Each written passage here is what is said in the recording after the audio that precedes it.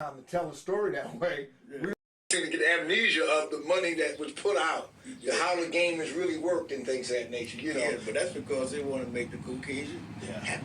You understand? Whatever that the news media come up with, all those Caucasians that against a powerful black man in this country. Sure. They don't want that. See, Don King was the most powerful boxing promoter in the world for numerous years. And they don't want a black man with that power. It's the same thing like with Obama now. President Obama. You know same thing. With all the crisis that George Bush left this country in. Yes. They forgot all about that. It's Obama's fault. Right. Everything come up, it's Obama's fault. You know what I mean? And the thing is, the Caucasians are in charge of all the news media, and seeing they put on and show you what they want you, and then our people, they can't look past that. You know, and accept everything that this white man says. Well, it goes like this right here. It's in all walks of life. That's why it's so important that we have strong characters in the community. That some people will go along with it. It's not a matter that you're going to lose your job. Because the way the jobs are structured today, you just can't fire a person. Right. You know what I mean? They can get a jailhouse lawyer, whatever. The cat could be in jail for 20 years, and he still can be in jail. He can get them off and get their job and then get compensation. I've been working in a job for 26 years. I know how the game goes. Right. And the idea is that we, as a people, just will not stand up for one another, and that's the reason why you have the trickle-down effect in our communities.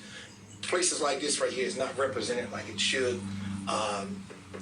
People want to sell alcohol across the street because they, nobody. You don't treat yourself like nobody. You're going to shoot up the community, And so all those things, it's just one thing dominoes all the way down the whole effect. So until we stop, it's not going to stop. When we say no to riding on that bus, like Rosa Parks said, then the bus will concede, and they will put that bus in a museum somewhere, retired and put it in a museum. But until we say stop, it's not going to stop.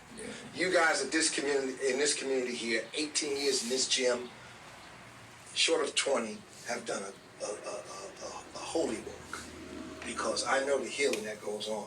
You might not recognize me. Person have a place to come, get out their frustrations, especially in terms of a young man, and now young women also, that they learning the technique of life, and you hitting that bag, the speed bag, and things of that nature, boxing, challenging each other. Well, that's what the game of life is all about. It's about challenging, and then when you look at the expense of in terms of the young people that's going to school, minorities that's going to college for business. Well, you better take in some boxing, because that's what business is all about. You know what I mean? What makes me feel so proud is when I observe grown men coming in, like they 30, 40 years old. Sure. Now. And my wife had started working with them when they was kids. Right. Like 13, 14, 15 years old. And they come in from all over now. Looking for Miss Kelly. Sure. Miss Kelly. You understand? That's the reward that make me proud. Sure. You understand? Because they knew what my wife thought of them, and how that she looked out and nurtured them. Sure. All those years, and that's basically what our young kids need today. Sure. They need someone to give them value time. That's most of the adults, they're afraid of our kids today. Sure. But the only reason our kids like that is because they calling out for help. Sure. And the thing they need is a adult to have value time, to be with them, to teach them, to nurture them. You understand? And that's what my wife has done. You know what I often say in sermons, Mustafa, is that if the children are mentally on the corner, the young people on the corner, the older people are too. If the men is crazy, then the women are too.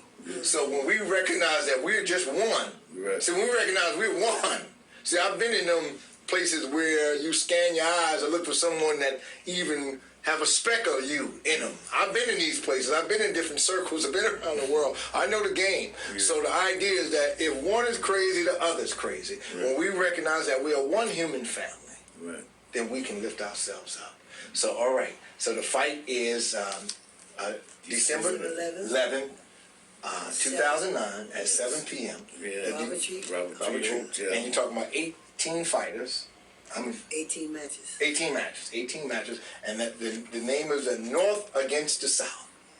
Okay. Friday night amateur boxing explosion. And now this will give birth those now how does this work in terms of going their walk towards the Golden Gloves, and do you guys know when the Golden Gloves is? Well, the Golden Gloves normally is February and March. Okay. 6 weeks of every year. But fights in between, like the Diamond Gloves and all that kind of thing, are independent shows. It helps, keep a young man sharp. It helps him to evaluate himself as to his weaknesses or his strengths as he's pursuing the ladder. Okay. And they also had the silver gloves, for the junior. For the juniors. Now when is the Silver Gloves? Well, we hoping it'll be like December the 5th. So before y'all match. Yes. And then those kids, those young people come over to y'all match, or If it's If there's some good ones, yeah. if it's good ones, we always try to pick out the best juniors, to be on our card to make it very interesting bout.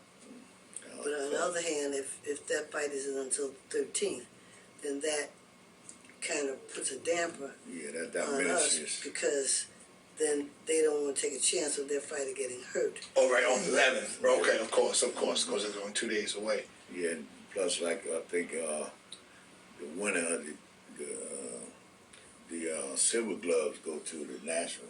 Yes. Yeah, so that's why that's a priority with other individual bouts. Okay, now will you guys ever host the Golden Gloves here in Newark? Will that ever? Yes. Well, let me say this to you about the Golden Gloves. The Golden Gloves is institution. Has been for 40, 50 years, Sure. I dare say. The real question is, who runs the Golden Gloves? Sure. The next question is, what is the nationality of the children who make up the Golden Gloves? The next important question is, what do the children get out of Okay. it, as opposed to the people who have the franchise? Okay, I see. And I submit to you, the people who have the franchise, they get the Cadillacs or the limousines or the vans, etc. Where our children who have made this possible Sure. get $2.99 trinkets. Right. Don't even get a new pair of sneakers. Okay. You see? Okay. And that's a shame. Sure. That's a shame. Because our children are being used as stepping stones. You see, it's one thing to stand on a man's shoulder, but it's another to step on his shoulder. Sure. You see? Sure. And my problem with it has always been that the black men who are the trainers, Sure. they're not really protecting these children because this thing is being perpetuated, you see, time after time after time, year after year after year Sure. after year. And that's, again, goes back to your original question.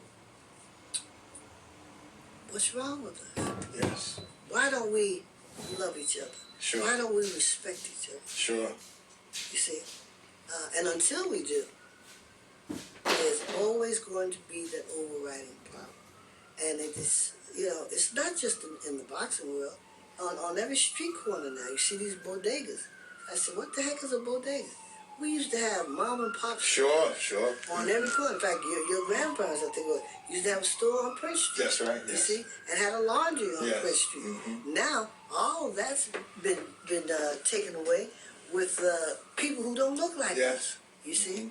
And interesting, not that I have anything against them doing that, but the thing that bothers me is we can't go to their neighborhood and do the same thing. Can't do nothing. Better not even stop. Better not even go. Better not even stop. Yeah. So what are we saying then? Yes. We're saying that Also, you're This is Democracy Now!, democracynow.org, the Quarantine Report. I'm Amy Goodman. The FBI and New York police departments are facing new calls to finally open their records related to the assassination of Malcolm X, shot dead 56 years ago at the Audubon Ballroom in Harlem, February 21st, 1965. This comes after the release of a deathbed confession of a former undercover New York police officer who admitted to being part of a broad New York police and FBI conspiracy targeting Malcolm. In the confession, the former officer, Raymond Wood, who died last year, admitted he entrapped two members of Malcolm's security team in another crime, a plot to blow up the Statue of Liberty, just days before the assassination. On Saturday, Ray Wood's cousin, Reggie Wood, read the letter at a news conference at the Shabazz Center in Harlem.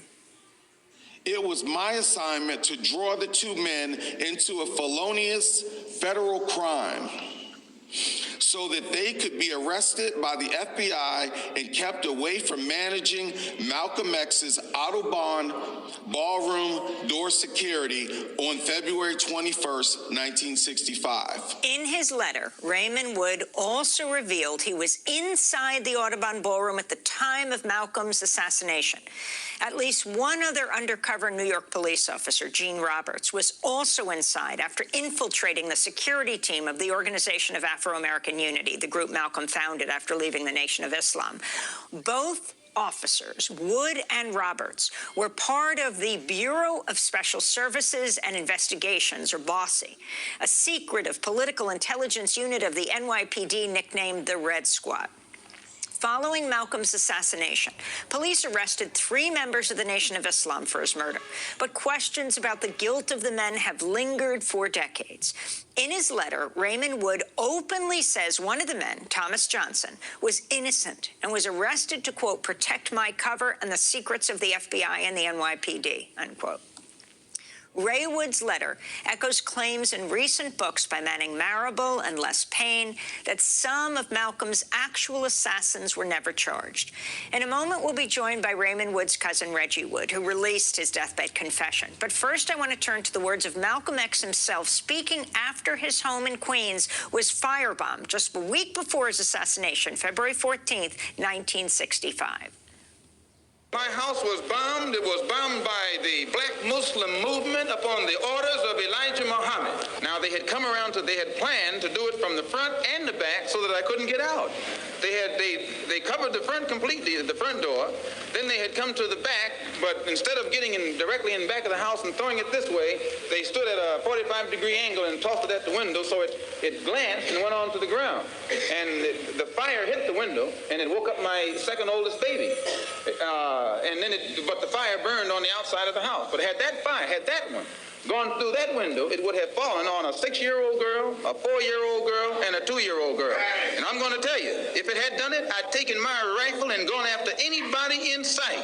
I would not wait. And I say that because of this. The police know the criminal operation of the Black Muslim movement because they have thoroughly infiltrated it. Because they have thoroughly infiltrated it. Those are the words of Malcolm X right before his assassination, right after his home was firebombed in February of 1965. Just days later, he was shot seconds after he took the stage at the Audubon Ballroom. We're joined now by Reggie Wood, the cousin of Raymond Wood, author of the new book, The Ray Wood Story, Confessions of a Black NYPD Cop in the Assassination of Malcolm X. Still with us, civil rights attorney Ben Crump, who attended that news conference with Reggie Wood at the Audubon Ballroom, now the Shabazz Center, where Malcolm X was assassinated 56 years ago. Reggie, thank you so much for joining us. You read parts of the letter this weekend.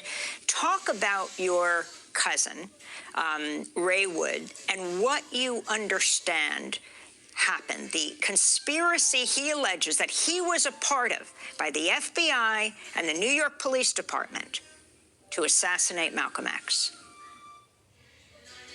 Good morning. Thank you for having me.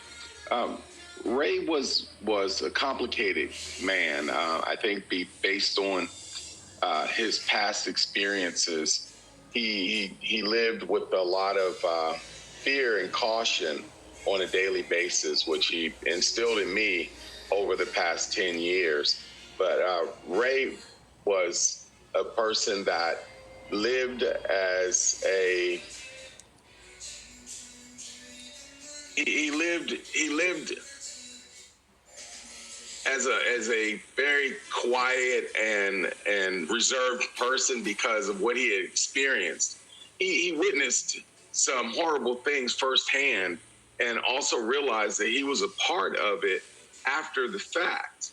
And so therefore, Ray was told by his handlers that not to repeat anything that he had seen or heard, or he would join Malcolm. Therefore, for 46 years, Ray separated himself from the family and in fear that he would put us in danger. Ray lived alone many years, and he finally, in his final years, when he realized that he was his cancer was reoccurring, he wanted to reconnect with family because he didn't want to die alone. So I volunteered to move him to Florida so that my wife and I could take care of him and get him back and forth to his